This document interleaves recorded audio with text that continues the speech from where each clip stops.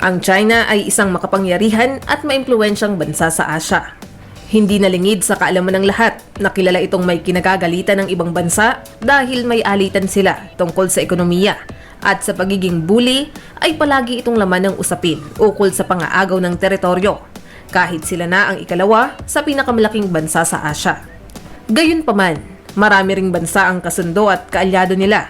Ang ilan sa mga kaalyadong ito ay ang mga bansang may magandang kasaysayan ng ugnayan at relasyon sa China. Sa videong ito, ating tatalakayin ang 5 mga bansang maaaring kumampi sa China kung sakaling sila'y aatakihin o kaya naman ay sumuong sa gyera dahil sa init ng mga usapin at issue na kinakaharap nito. Kaya mga ka-amazing, simulan na natin!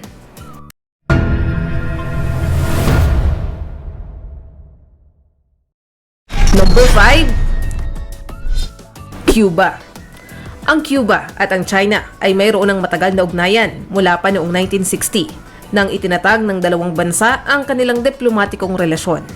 Mula noon, sila'y nagtutulungan na sa iba't ibang larangan tulad ng politika, ideolohiya at iba pa. Ang matibay na partnership na ito ay hindi lang nagpapatibay ng mga ugnayang politikal. Dahil higit sa lahat ay nagbigay daan din ito sa pag-unlad at sa progreso ng parehong bansa na nagpapakita ng halaga ng matagumpay na international na pagkakaibigan. Number 4. Serbia. Ang Serbia ay isa sa matalik na kaibigan at kakampi ng China sa kontinente ng Europa mula pa noong 2009. Kasama sa pakikipagtulungan na ito ang ekonomiya, politika, kultura at seguridad. Bukod dito, ang Serbia ay mayroong mahalagang papel bilang kasosyo ng China sa Belt and Road Initiative o BRI sa Europa. Ito ay mahalagang papel para sa budget at pagpapatupad ng iba't ibang proyektong infrastructure kasama ang mga tulay, kalsada, riles at mga planta ng kuryente. Nagpapaabot din ang Serbia ng pasasalamat sa China para sa napakahalagang tulong nito noong kaganapan ng pandemya, kabilang ang mga medikal na tulong at mga bakuna. Number 3. Russia.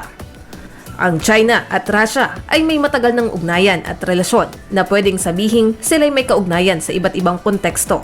Sa kabila ng hindi pagkakasundo sa mga territorial issues, patuloy silang nagkakaroon ng diplomatikong ugnayan, ekonomikong pagtutulungan at military engagement. Ito ay nagpapakita ng kanilang interes sa pagtutulungan sa iba't ibang aspeto ng kanilang mga relasyon. Sa kabila ng hindi ganap na alyansang militar, ang kanilang kooperasyon ay may malalim na implikasyon sa politika at ekonomiya sa rehiyon at naglalayong palakasin ang posisyon sa global na entablado. Number 2. North Korea. Hindi mawawala ang North Korea na may malalim na ugnayan sa China at Russia. Sa kasaysayan, sila'y nagkasama sa Korean War noong 1950 kung saan tumulong ang China at Soviet Union o Russia laban sa South Korea, na sinuportahan naman ng Estados Unidos.